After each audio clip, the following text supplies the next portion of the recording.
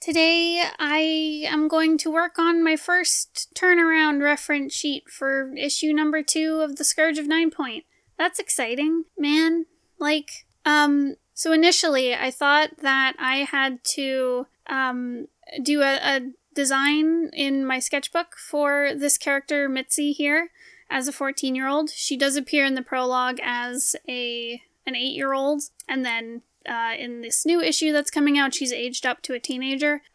So I do have her design pretty much down. I just needed to age her up and maybe change her clothing a little bit to show the progression. So I was about to sit down in my sketchbook and draw out Mitzi, and then I realized that I'd already drawn her as a teenager previously in the sketchbook, just in a fancy outfit. So I was like, oh, well, I will just take this and make a turnaround sheet, because I have the base of everything I need. I have her major design elements figured out, and I have my initial sketches done, so I just gotta make my turnarounds. I also understand how her expressions work already, because I have drawn her before, many times. Mitzi's definitely an exception, because she's a main character, so I've done a lot of drawing of her.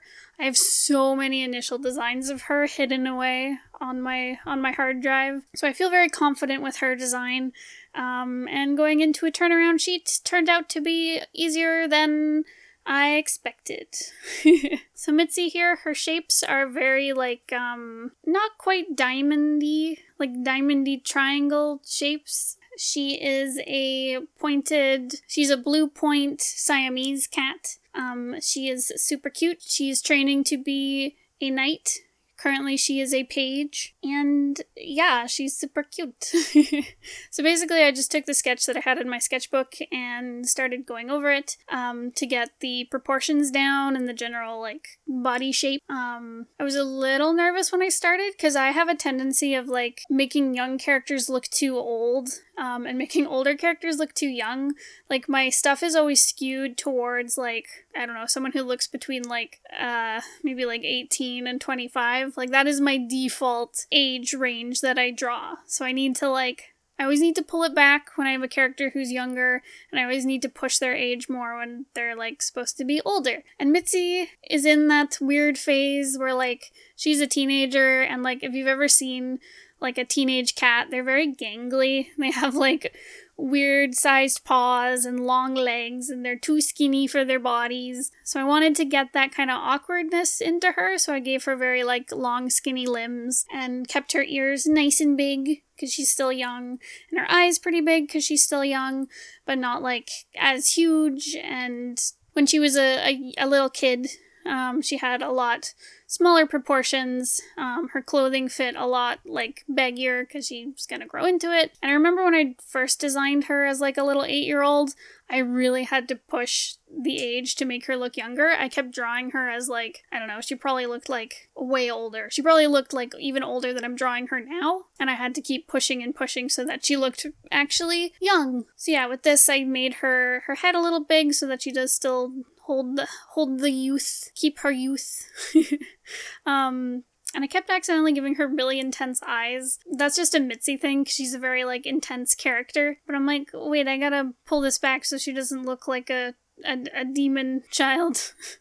So yeah, character turnarounds. Why are character turnarounds important, you ask? Well, they're important reference for when you're drawing your comic. I used to never do them. Now they are the love of my life, because they save me so much trouble. So before, when I wouldn't do, character reference sheets, I would start drawing my characters differently as the comic progressed. Or I'd forget what clothing they were wearing, or I'd draw them in a weird shape or something. But having a nice little reference sheet where it's this is what their clothing is, this is what their shape is, this is the age they're supposed to look, it just keeps me in line, and I don't make all those silly mistakes that are easily avoided with a reference sheet. It's also a great place to really figure out how your character looks before you start drawing them in the comic, because ultimately your characters will change as your comic progresses, just because your skill progresses the more you draw, and you might find that as their story progresses and they change as characters, they'll probably look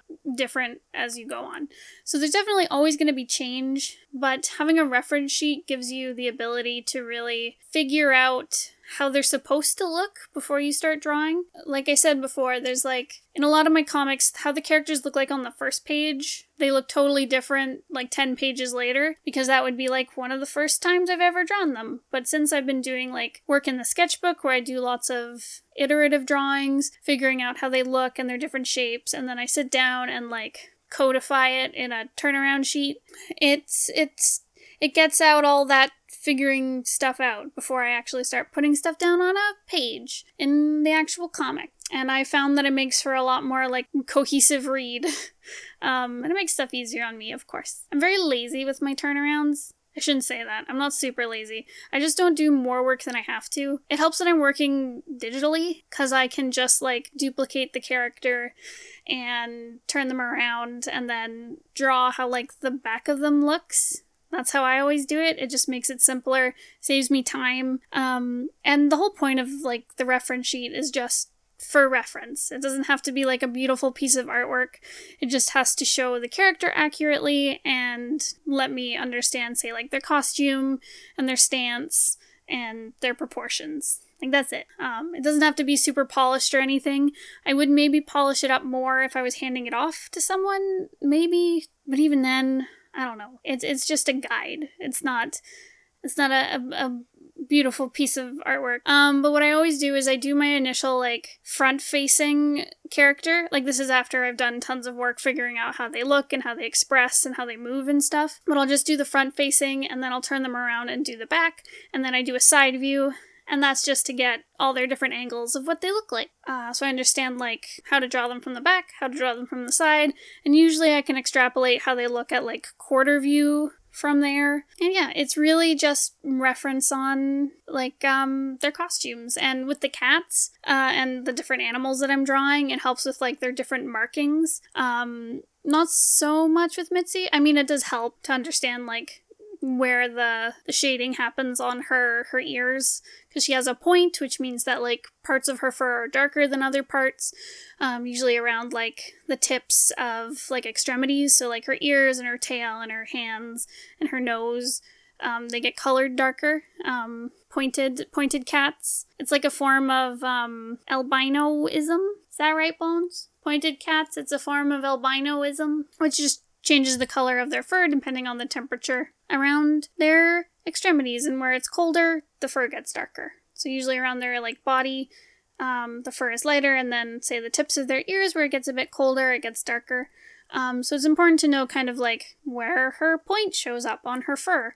But with characters that have more complicated patterns, it's especially helpful to have a turnaround. Our main character, Marble, he is a calico cat, which means that he has a tricolor fur. And the spots of like white, orange, and black show up kind of at random on calicos. So it's important to know where exactly all his spots are so they don't start shifting around the more I draw him. Because it's very important with these cats to understand their patterns, because that's probably how a lot of people will differentiate them. I mean, don't get me wrong, my characters need more than just their fur patterns to differentiate them. Like, you know, with like costume and shape and body type, like that should all distinguish it as well, but it's definitely helpful to have consistent fur patterns. That was a mistake I made with like my first comic, Sovereign. I gave a lot of the characters tattoos, because like the mages were supposed to have like these magical tattoos that help them regulate their power, and what I found was I did these really complicated tattoos, and I even had reference sheets, but like they were so over-designed. And I think eventually I lost a lot of the reference sheets for some of, like, the mages that didn't show up very much. So I was like, I don't remember how this tattoo looks. I will draw squiggles. So it's very important. If you have something complicated, make sure to have your reference. And do it very clearly and simplify it as much as you can. Because, like, the simpler it is, the way easier it will be to recreate on every comic page. Yeah. Turnaround sheets are also super helpful to kind of figure out, like, how your character looks in 3D space. I mean, like, the back and front is pretty... It doesn't take too much thought, for me at least, where it's, like, it's very straightforward. It's just, like, the back of the head, their back, I guess how their legs bend from the back. But, like, if you're studying your anatomy, it's pretty easy to figure out. But I find, like, turning a character sideways or 3/4, I really have to figure out how their shapes are defined, I guess. Because it's like, I want to make sure that like the shape of her face matches front view and side view. So yeah, that always takes me a few tries to get, but it's very helpful to have in the long run because that stuff is tricky. Because it would be very annoying if every time my characters turn their heads, they look like totally different characters because the shapes were wrong. So yeah, drawing the side view always takes me a little bit longer than doing the front and back view. Especially getting all the proportions to line up. Like I put down guidelines, like a bunch of guidelines and say like the top of their head and the top of her ears and where her tail rests and where her knees are and where her ankles are and waist and elbows and all that stuff. But I still find sometimes I draw the head too big or I can't figure out how the torso looks. So like the guidelines are super, super helpful and make sure you use them. So yeah, so I use the guidelines for consistency. Though, like I said before, like, the turnarounds don't have to be super, super duper perfect, because they really are just reference for later. When I, like, say I take a break from drawing my comic, or the character doesn't show up for 50 pages, and then they come back. I have a little reference that says this is their shapes, this is their clothes, this is their colors. Have at it. The nice thing about Mitzi, too, is that I have her colors already. I don't have to go and figure those out. So maybe in another video I will actually get to talk about choosing colors for your characters. But Mitzi's is already like, it's done. She's wearing the same uniform as she did in the prologue, and her fur color hasn't changed. Her point has changed like a slight bit, because pointed cats, like, their point changes with age, and like, I think it also changes with like temperature or season. It changes seasonally. So her point has gotten like a little bit bigger, but I don't know if it's super noticeable from when she's a kitten to when she's a bigger kitten. I like having Bones in the background when I talk about these things, because he does my fact checking for me. He knows all the cat stuff. So yeah, Mitzi's color palette is very blue. And that is because she is a blue point. The kingdom she's from also has a lot of like blues and purples in its color palette, which is also kind of a consideration for her colors. Because like in reality, blue cats are gray. Blue refers to the dilute black gene. So like if you ever see a gray cat, they're actually a black cat that has a dilute gene, which turns their fur from black to gray. So that is what a blue pointed cat is. They have gray, but it's called blue. So in reality, she's actually like gray or maybe like brownish. But again, I stylistically wanted it to be blue because it matches the kingdom. It's a little bit more fun to look at. It matches her uniform, which is all blue because she's a blue point. And yeah, I just wanted things to be a lot more cohesive. Though I've found with 9 points so far, a lot of like cats that have white fur, I've tinted blue. Though they've mostly been like the royal cat family. So again, it's just to give them kind of like more cohesion in their color palette, because if they have like blues and purples in their clothing, then the blue of their fur really matches. So yeah, these are all considerations and creative license you can have when you're choosing color palettes. It doesn't all have to be exact to reality. Though I didn't go with like a super vibrant blue for Mitzi. It's still bluey purple-ish, but still like desaturated enough that it passes off as gray. So in the future, depending on the character, like if they're a white cat, they might have like a brown tint to their fur, or maybe a pink tint to their fur. It just depends on, you know, I guess their personality, their setting, their point in the story. Like there's lots of considerations into picking colors. And of course, like the colors that I'm putting down here are just the base. It's like if, say, Mitzi was in, like, perfect white light, this is what her colors would be. But once I actually stick her into the comic and the environment, her colors are gonna change a lot, but at least I know what to base them off of. So if, say, she's under, like, orange light, or it's dark, like, I'll know what color to take and then tint or change to make sure that it matches, like, the surrounding light. So yeah, it's always a good idea to understand, like, the baseline of everything. And that should be, that's what your turnaround should be. It's just the baseline for your character. I think it's like I said in the last video, it's like you're kind of making little dolls that you get to like wiggle around and make them do stuff. So this is like the pattern before you make the doll. Ooh, ooh. Yeah, so hopefully in the next video, maybe I'll be able to talk about kind of making color choices a little bit more as I work through picking colors for more characters. Mitzi was just a very easy starting point because she's already had so much design work go into her. Also, I am tired because it is Fan Expo, and oh my goodness. Fan Expo is one of my favorite shows. It's always a blast. Bones and I take a lot of shifts when we're there because it's such a huge show. It's a 4-day show. We're showing up a day early. Well, we did. I'm recording this in advance. So pardon my strange tense work here.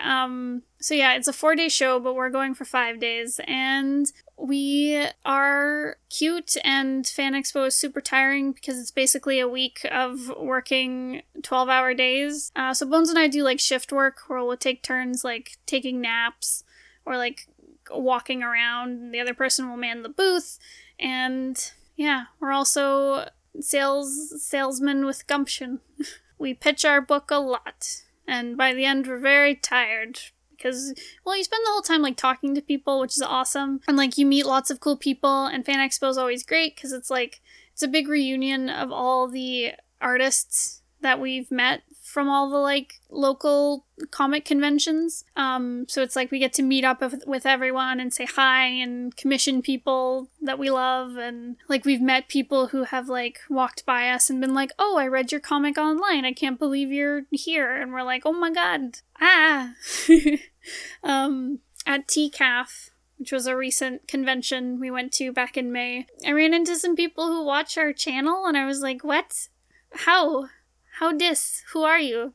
So I'd be surprised if we ran into many people at Fan Expo, but like, that's been a crazy, weird, cool thing, and I'm very excited that it happens now. It makes me really happy. Yeah, so I'm gonna be very tired, man.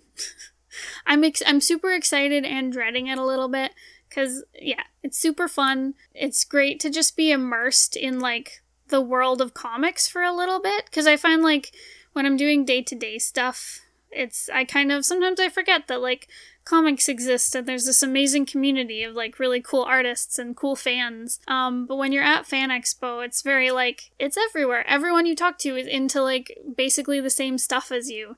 And you're surrounded by, like, really cool art and, like, comics and video games and apparel that's all geeky and cool. So it's a nice little retreat from mundane daily stuff, and you just get to hang out with cool people and do what you love. I also like looking at beautiful cosplay.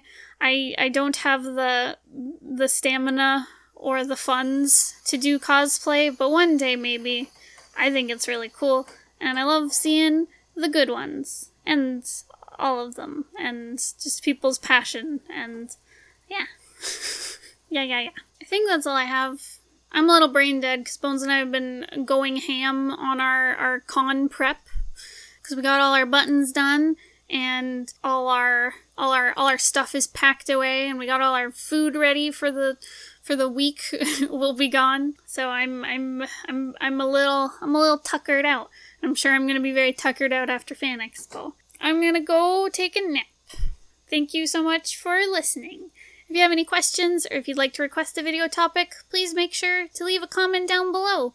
And if you'd like to see more videos about making webcomics, make sure to subscribe. And if you want to read any of my comics, go check out my Ticktail store. It is in the description down below. Thanks again for watching. I'll see you guys next time. Goodbye!